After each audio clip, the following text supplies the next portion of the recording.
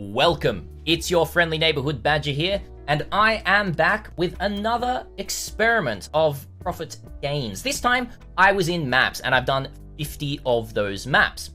And we made a lot of money. I'm going to talk about exactly what we did in a moment, but if you enjoy this content, if you're trying to learn how to make some money, I'm trying to help you. Hit that sub button down below, you know you want to. Today, we are talking about maps run with Blight, Expedition, and Einhar, or Bestiary. Now, this combination was chosen because all of these nodes on the Atlas passive tree are actually really close to each other. So to start off with, I'm just going to quickly show you that on my Atlas passive tree right here. And we can see that we have some Einhar, Blight, more Einhar, Blight, Searing Exarch, Einhar, and then, Einhar and Blight, and then extending down here into Expedition. A little bit of the way out of Expedition, but also picking up some map nodes right here as well. This is basically the Atlas, and I'll put my Atlas passive tree right down there as well, but I'm going to talk through every single stage of how we went about it, the kind of profit that we got from it, and what that really looked like, how long it took us. But let's get to spreadsheeting straight away, because I have everything here. I'll include this down below as well. It's not, fully laid out amazingly, but you can get a bit of an understanding here. So the premise was, we ran Blight, Expedition, and Einhar on 50 maps with Scarabs and Atlas passives. So the Scarabs we used was Gilded Bestiary, Gilded Blight, and Polished Expedition. The sextant we used was only one sextant, and it was the Blight Oil Upgrade and Tower Cost Increase. So this says 100% chance for oils to drop one tier higher, but the cost of towers is doubled. Now, if you're using the right towers, this is totally fine. Maps, it was mainly Toxic Sewer, Port, Crimson Temple, kind of maps that had very narrow areas for the Blights. It was a little bit rough with the Expedition, but I decided to go more into the Blights rather than the Expeditions here. But we did run a ton of other maps, just any sort of T16 maps we could get our hands on, because I didn't fully sustain my top doers. And then the Atlas passive tree there as well is on this page if you do want to have a little look at exactly what I used there. The costs in total are right here. So it's all in chaos. So the maps themselves, they were about 4 chaos a map if you were to buy them in bulk. I didn't buy any, but I used them for my stash. So that was about 200 chaos. The Scarabs in total, it was 4 chaos for the Gilded Bestiary, 4 chaos for the Gilded Blight, and 7 chaos for the Polished Expedition, which is a total of 750 Scarabs for the 50 maps right there. The Sextants, I bought elevated Sextants, so I only needed to really buy 3 of those elevated ones, and they were 40 chaos each, and so that was 120 chaos. And then the Chisels were basically nothing, which was about 4 chaos right there as well. So the total investment was 1,074 chaos, or an X conversion of 8.5 Exalted Orbs investment. Our notable drops were Astragali, some golden oils, 10 golden oils, we got 134 Astragali, only 1 Exalted Orb, 94 Blighted maps, and 29 logbooks, which was very interesting there, almost doubling the maps that we ran with Blighted map drops. And you'll notice that that's a lot of the profit right there. The Danig books, we got 5 Danig logbooks, 14 Tujan logbooks, and 10 Gwenin logbooks, and they are priced differently, so they're all selling like that. And then the Blighted maps cost on average was about 14 chaos each, so that's 1,300 chaos for the Blighted maps, 1,300 chaos for the logbooks, and then the beasts themselves was also about 1,300 chaos, which is really interesting. I wasn't expecting these mechanics to kind of generate about the same kind of currency back from them, but you can see here they are about the same. Now these is only logbooks, obviously not Astragali. The Astragalis was another about 2x right there. And Blighted maps, this is not including any of the oils that dropped or the rings and amulets, which we'll talk about in a moment. And then in total, the revenue was 57 Exalted Orbs if we did sell almost everything, which is 7,246 chaos. But the profit, if we minus our actual cost, was 6,172 chaos, or 48.98 Exalted Orbs. Approximate time was 8 hours taken, so about 9.6 minutes per map, 754 chaos per hour, 12.56 chaos per minute, or 120 chaos per map. Those are the stats. Now, We did also use Excellence Next to price the bulk of everything, so take it as a little bit of a grain of salt. I would say, if you want to look at actual profit of everything that you can sell, look at maybe 70% of, you know, what this number is right here. Or this number, the 48. So if we just go 48, 0.98, what are we doing? Times 0.7, you know, 70% of it. And what is that actually saying? Oh my goodness. That's not actually, you know, equals. Gotta put the equals there. Sorry, wait, is that not even work? Oh my goodness. Okay, don't worry about this. 48 times 0.7. This is basically, you know, basically what you can expect to sell and get out of it. So 33 Exalted Orbs, right? If you were to extrapolate this, that's around about 150 maps for a Headhunter. If you were able to sell a lot more, it's only about 100 maps for a Headhunter. Or if you get lucky with a couple of drops, that's 100 maps for one Headhunter. But let's talk through everything that we did do. So first of all, Blight. Blight on the map device is really interesting. Let's talk about, on the Atlas passives is very interesting. I'm going to talk about all the Blight nodes, a couple of very interesting techniques to get the most out of these Blight maps as possible, or the Blight Scarabs. So first of all, we've got Distilled Fungus, which is actually one of the bigger money makers that people don't realize. The Blight bosses in areas, they drop an additional anointed jewelry item. So every boss that's run in the area, you get an anointed jewelry item at the end. And they also, Blight chests in areas have a 10% chance to contain an oil extractor. Now, an oil extractor can be used on anything that's anointed to choose one of the random oils on that to pull out and give to you. So say, for example, if you've got a ring, if we jump over here and we go to, I had it here, ring anointments. Say, for example, you've got your Arc Towers chained 3 additional times, and you use an oil extractor on this ring, it will have a 50% chance to give you a golden and a 50% to give you an amber. So the strat there is, you know, collect all of your jewelry, search up the jewelry that has the, you know, best oil to cost ratio, and then use all of your oil extractors on those ones. I gained about another 15 golden oils at the end of all of this, and they sell for almost 30 chaos each, 25 to 30 chaos each. That's quite a lot of profit making sure you pick up all of that, especially if you're using the Gilded Blight Scarabs themselves.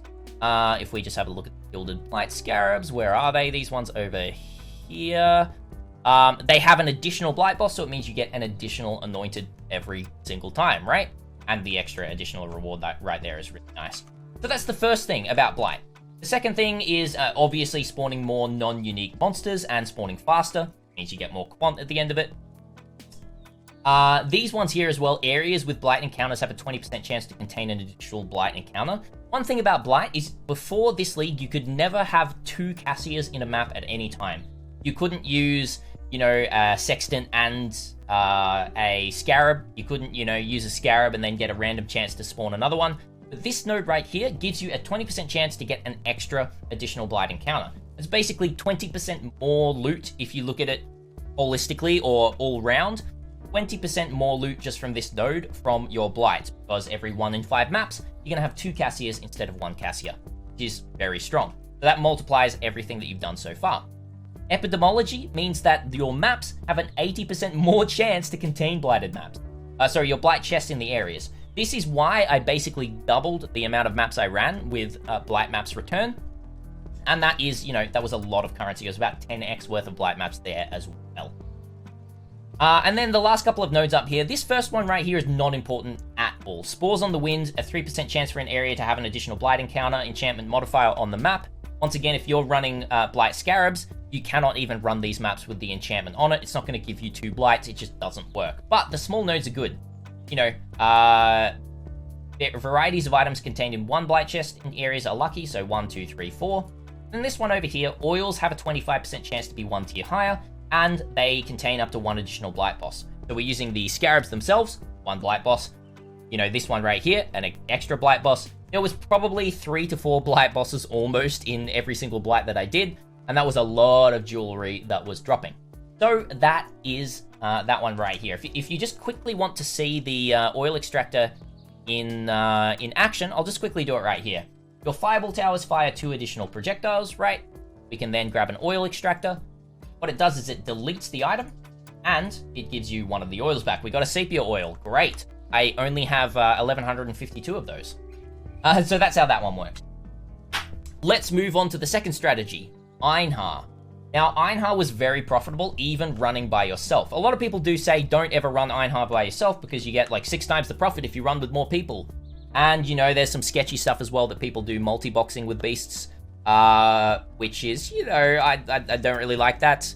But doing it by yourself is really profitable. I used gilded bestiary scarabs, which give you 3 additional red beasts. However, you can just use Einhar on the map device if you've grinded up a lot of Einhar. I've got 64 Einhar missions, which is a lot, and you can just do it that way as well. You don't have to spend 4 chaos a map on the scarabs, but they are really good, and I'll show you why.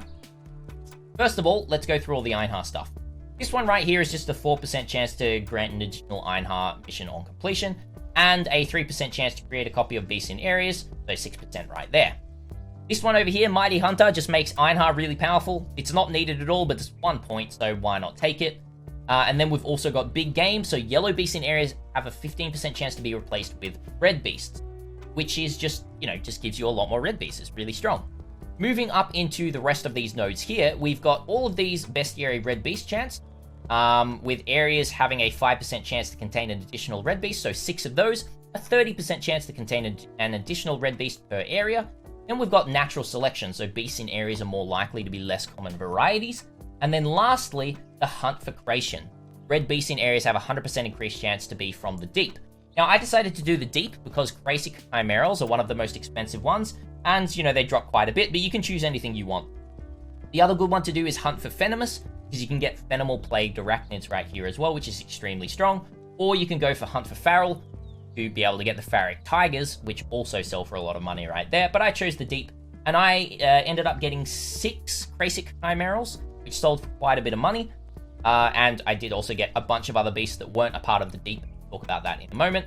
But then lastly, we've just got this one right here, Great Migration. Each map has an 8% chance to contain additional packs of beasts instead of other monsters. What this means is it basically replaces every pack of monsters in the map with a beast pack. In total, when this procs 8% of the time, there's about 35 beasts in the map instead of the normal 10 to 14. You can basically say that this is an 8% chance to triple the amount of beasts in a map. So that's pretty much it for Einhar right there. I'll just quickly show you, I've sold a lot of them, but I'll quickly show you some of the other beasts that we did manage to get, the good ones. So we can go back over to here. Things like Crasic Maw, these ones sell for 25 chaos each. Barrack Tiger Alpha sell for 60 chaos each. I'm probably going to run these though. Crasic Vassals, which sell for 8 chaos each. And if you sell on TFT in bulk, you can sell Sakowine Cobras and Crasic Savage Crabs together for 30 chaos together each, which is actually a lot of money right here. These haven't sold yet because I'm trying to sell them in bulk. But if they don't sell in bulk, I'll sell them individually in sets as well. It's a really, really nice one right there that you can do. But that's beasts. Lastly, we are going to talk about Expedition on the map. And once again, the great thing about this strategy is you run all of these in the map itself.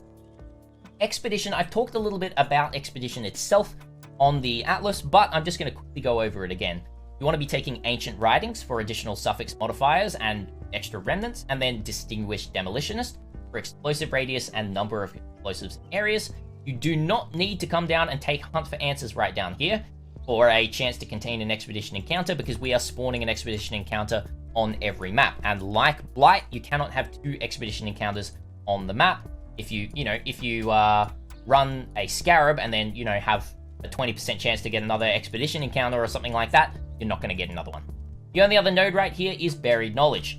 Quantity of Expedition logbooks and a 20% increased number of runic monster markers. This led to me getting almost 30 logbooks from 50 maps, which I think is a pretty good return, but I didn't use any kind of sextants for that at all. On the end of all of this, I also just ran Conquered Conquerors for unique bosses having a 25% increased chance to drop a Conqueror map, and then these 3 nodes right here for an extra 3% chance, or wait, hang on, 2%, 1%, 1%. Sorry, a 4% chance to drop an Elder or Shaper Guardian map right here as well. Actually, no, it's 3% each, isn't it? Yeah, sorry, 3% for Shaper Guardian, 3% for Elder Guardian, my bad. And then obviously we ran Searing Exarch as well, just for the extra quantity, and we generated a bit of currency through invitations that way as well. That is basically it. That's what I did, that's what I ran. I would definitely try this out. It seems to be, in my opinion, one of the better ways to set up your Atlas, and it doesn't promote an extremely fast playstyle. If you're someone who wants to play a little bit slower, this is great. You're farming beasts, you're farming Cassia, you're farming Expedition in maps. You're stopping, you're starting, you're setting up some stuff. It really breaks up the monotony of map running, in my opinion. It might not be for you, but I really, really enjoyed it. It might be my go-to next league at the start of the league or something like that. I had a lot of fun with it. I generated a lot of currency, and it's going to be put towards our next build, which I'm not going to tell you about yet because I don't know what I'm going to be playing yet. That's all I have to say, guys. Thank you so much for watching. If you enjoyed this video, remember, hit that sub button down below. Come ask any questions you've got live on Twitch at twitch.tv/thisisbadger, and I will see you next time in the next video. Until next time, Badger is out. Not too bad.